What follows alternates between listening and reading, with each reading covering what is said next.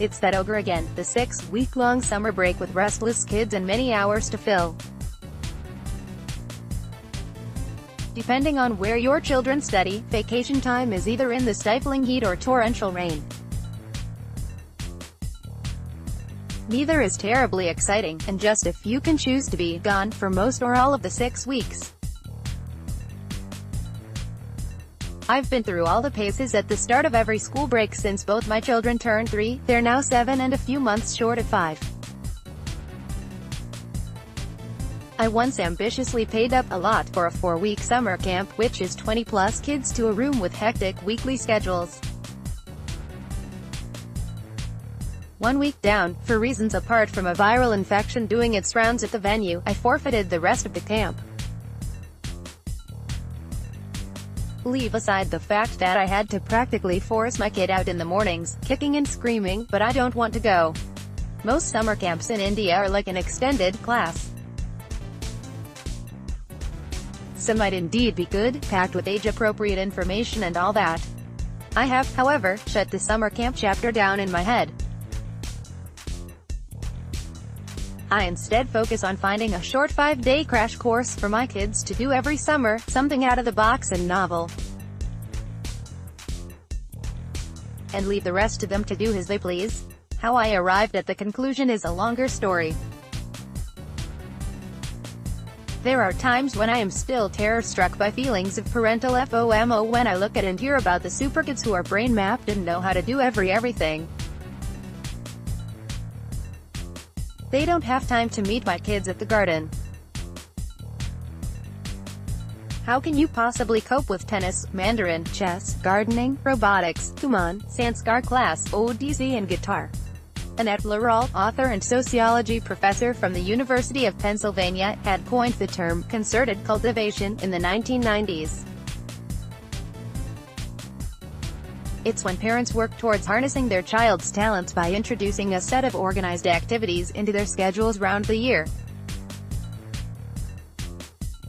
Let me clarify, Laurel didn't present a case for or against it, she collated research on families of different economic strata who believed in concerted cultivation, and others who left it to natural growth.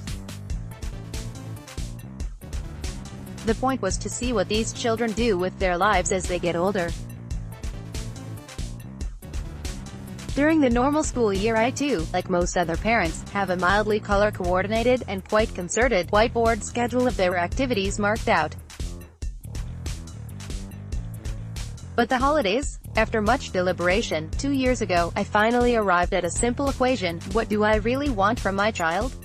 And the answer was that I want them to be able to adapt to the unpredictability of the real world when the time comes. For me, that's a key facet for their development.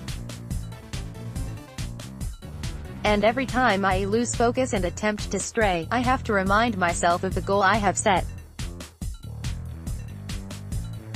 I really do believe that one of the critical factors that our kids will need to tackle life 20 to 25 years from now is the simple ability to adapt.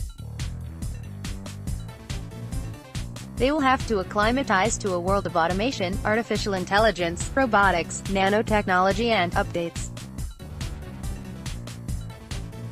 It will need empathy, people skills, teamwork, EQ, decision-making, logical analysis and, above all, creativity. Experts concur none of the above can be taught.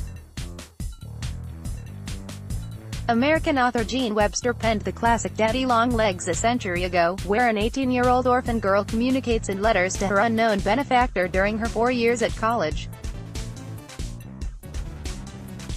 I've heard many pithy observations of the world around her. One really spoke to me. I think that the most necessary quality needing to be cultivated is imagination.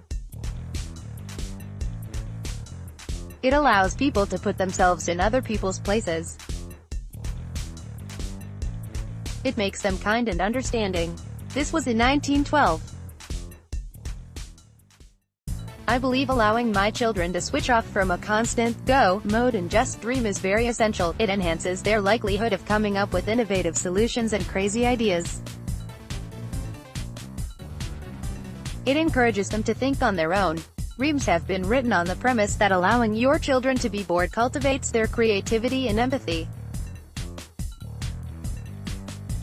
Susan Greenfield, a British scientist and eminent professor of neuroscience, was born to a dancer mother and electrician father who were often broke. In an interview with The Telegraph a few years ago she said, "I had the biggest break of all, being born to mum and dad and not rich. I had time to think, time to get bored. I wasn't shoved on self-improvement courses after school, or taken on fancy holidays. I had time just to dream. Since my first brush with the omnipresent summer camp, my kids have spent a good few holidays doing absolutely nothing with their cousins. Their day begins lazily, making human sandwiches in bed. A good hour is spent building tents out of blankets and creating a fake garage sale with some pretty scrappy toys. When the fancy strikes, they play dress up in various clown, mermaid costumes and stage a little play helmed by their oldest cousin. When there are no cousins or no company, a vacation morning is often spent playing Lego, reading Tom Younger, baking cookies and dancing to Alexa. They've done the most random things like making magic potions out of ice and macanas, having a picnic at home with all the Tupperware and Sistema containers they can find, cutting strips of paper into confetti and pretending to be pirates.